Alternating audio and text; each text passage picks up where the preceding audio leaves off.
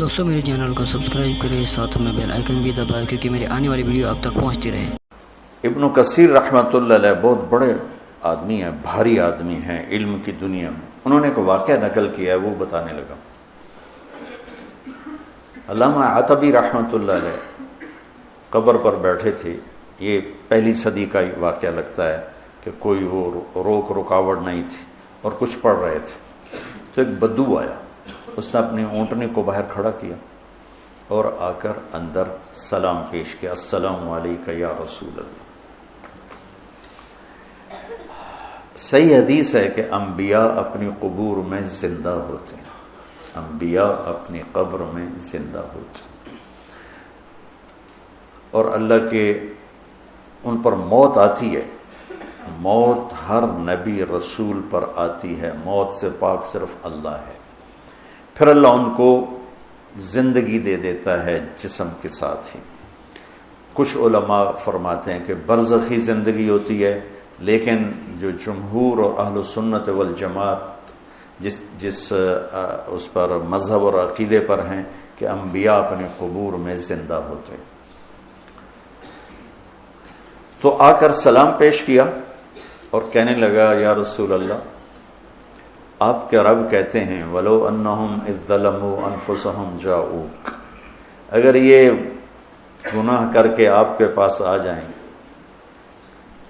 فَاسْتَغْفَرُوا اللَّهَ، اور معافی مانگیں اللہ سے، وَاسْتَغْفَرَ لَهُمُ الرَّسُولُ، اور آپ بھی پھر اللہ سے ہمارے لیے معافی مانگیں تو اللہ معاف کرتا ہے۔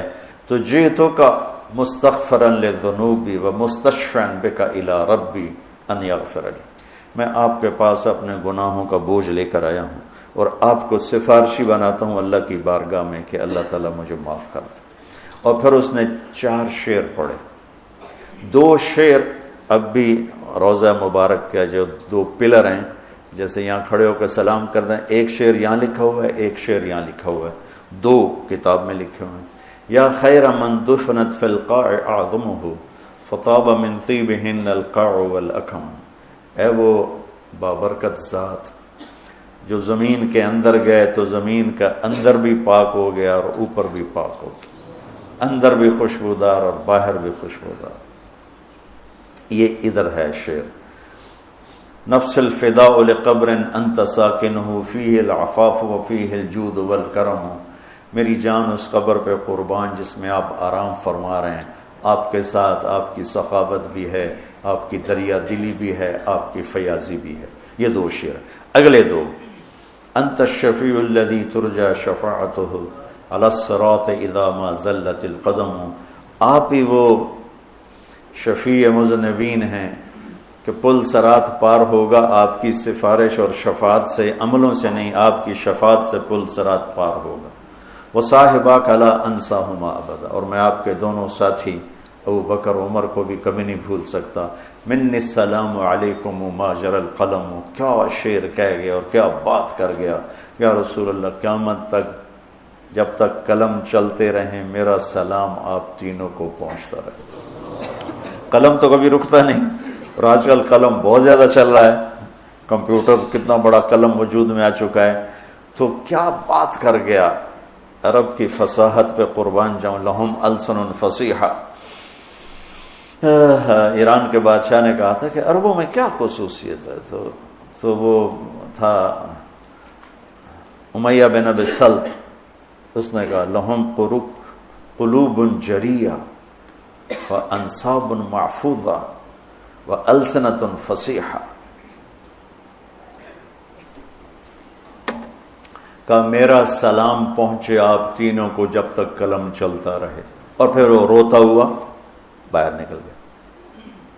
علامات بھی کو ایک دم نیند آ گئی، گٹ تو خواب میں اللہ کے نبی کا دیدار ہوا، کہا عتبی جاؤ اس بدو کو خوشخبری دے دو کہ تیری فریادیں پہنچیں اور تیری بخشش ہوگی۔ ہمارے نبی کے معجزات میں ایک معجزہ ہے کہ آپ کی قبر موجود مشہود، باقی جتنے انبیاء ہیں ان کی قبریں یقینی نہیں ہیں۔ ابراہیم علیہ السلام کی قبر موجود ہے اور کئی انبیاء کی قبریں عراق میں، فلسطین میں، لیکن یقین سے نہیں کہہ سکتے کہ واقعی یہ ہیں۔ صرف ہمارے حبیب پاک ہیں جن کی قبر مبارک یقین کے ساتھ ہے، اور آپ کا فیض آپ کے جانے کے بعد بھی دنیا میں چل رہا ہے، جاری اور ساری ہے، اور اللہ تعالیٰ نے ہمیں آپ کا امت ہی بنایا، تو جیسے وہ کر گئے ویسے کر دو، تو اللہ تعالیٰ جب بھی دیکھے گا خوش ہوگا، میرے حبیب کی شبیہ۔ یہاں وہ اپنے آپ کو بناؤ جو میرے نبی نے اپنے آپ کو بنایا، اپنے نبی کی نقل اتار لو، اللہ کو اچھے لگو گے۔ میں کوئٹہ میں تھا جماعت میں، بیان کے بعد کمرے میں تھا تو باہر رش تھا، دروازے میں شیشہ لگا ہوا تھا، تو ایک آدمی رونے کی شکل ساتھ ایک بچہ، تو مجھے اندازہ ہو گیا ملنا چاہتا ہے، اور ساتھی ملنے کے لیے روک رہے تھے، بیان کر کے آئے۔ میں نے کہا اس آدمی کو اندر بھیج دو۔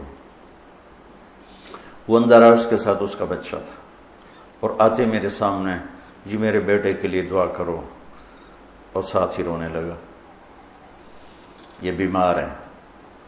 میں نے کہا اس کو کیا ہے؟ کہا اس کے دل میں سوراخ ہے۔ میں نے کہا تو اس کا تو آپریشن ہوتا ہے۔ کہا میں غریب آدمی ہوں، 2.5-3 لاکھ کا خرچہ ہے، میں کہاں سے کروں؟ میں نے اس کے بیٹے کو دیکھا، اس کے بعد تو وہ مجھے بالکل اپنے بیٹے علی کا ہم شکل نظر آیا، وہ بھی چھوٹا تھا۔ آپ یقین مانے میں نہیں جانتا وہ کون آدمی ہے، کون، صرف اس بچے میں نے اپنے بچے کی شبیہ دیکھی، مجھے اتنا پیار آیا۔ میرا بھائی دل کا ڈاکٹر ہے، میں نے اسی وقت فون اٹھایا، میں نے کہا ایک مریض بھیج رہا ہوں، اس کا 1 پیسہ نہیں لگنا چاہیے، سارا اس کا علاج ہم کریں گے۔ ان کا ٹھیک ہے بھیج دو۔ اس کا صرف کوئٹے سے لاہور کا کرایہ اور لاہور سے کوئٹے کا کرایہ خرچ ہوا، باقی سارا انتظام کیا کس بات پر؟ میرے بیٹے کے مشابہ تھا۔ تو میں ایک چھوٹا سا آدمی ہوں، اور اپنے بچے کی شبیہ سے محبت آئی اور میں نے اس کا علاج کروایا۔ تو جب اللہ اپنے حبیب کی شبیہ تم میں دیکھے گا تو اس کو کتنا پیار آئے گا۔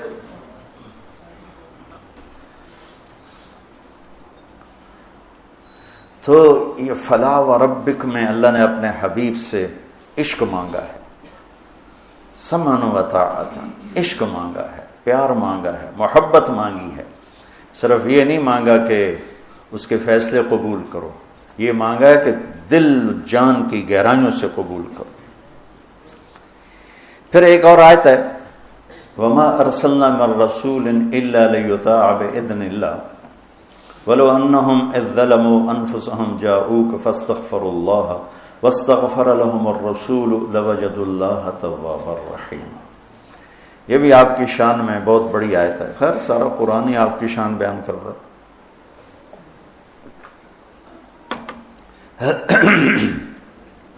اللہ تعالیٰ فرماتے ہیں کہ ہم رسول اس لیے بھیجتے ہیں کہ اس کی اطاعت کی جائے، رسول اس لیے آتا ہے کہ اس کی اطاعت کی جائے۔ دیکھو میرے عزیزو، ایک قوم ایسی ہے جن کے لیے کوئی نمونہ نہیں، کوئی ان کے لیے کوئی ماڈل نہیں، کوئی آئیڈیل نہیں، تو جیسے بھی چلیں، جیسے بال بنائیں، جیسی شکل بنائیں، جیسا لباس پہنیں، ان کے سامنے کوئی آئیڈیل کوئی نہیں۔ ہمارے سامنے آئیڈیل ہستی ہیں، وہ ہے محمد مصطفیٰ صلی اللہ تعالی علیہ وسلم، میرے اللہ کے حبیب، حبیب، خلیل، کلیم، ایک ہی صورت میں۔ الم نشرح لک صدرک، موسیٰ علیہ السلام سے اللہ نے کہا اذهب الی فرعون، جائیے فرعون کے پاس۔ انہوں نے کہا رب اشرح لی صدری، اللہ میرا سینہ کھول، اللہ نے کھول دیا۔ لیکن اپنے حبیب کو اللہ تعالیٰ نے بن مانگے فرمایا الم نشرح لک صدرک، ہم نے آپ کا سینہ کھول دیا۔ موسیٰ علیہ السلام نے دعا کی ویسر لی امری، میرا کام آسان کر، اور میرے نبی کو اللہ نے بن مانگے فرمایا وَوَضَعْنَا عَنْكَ وِزْرَكَ الَّذِي أَنْقَضَ ظَهْرَكَ۔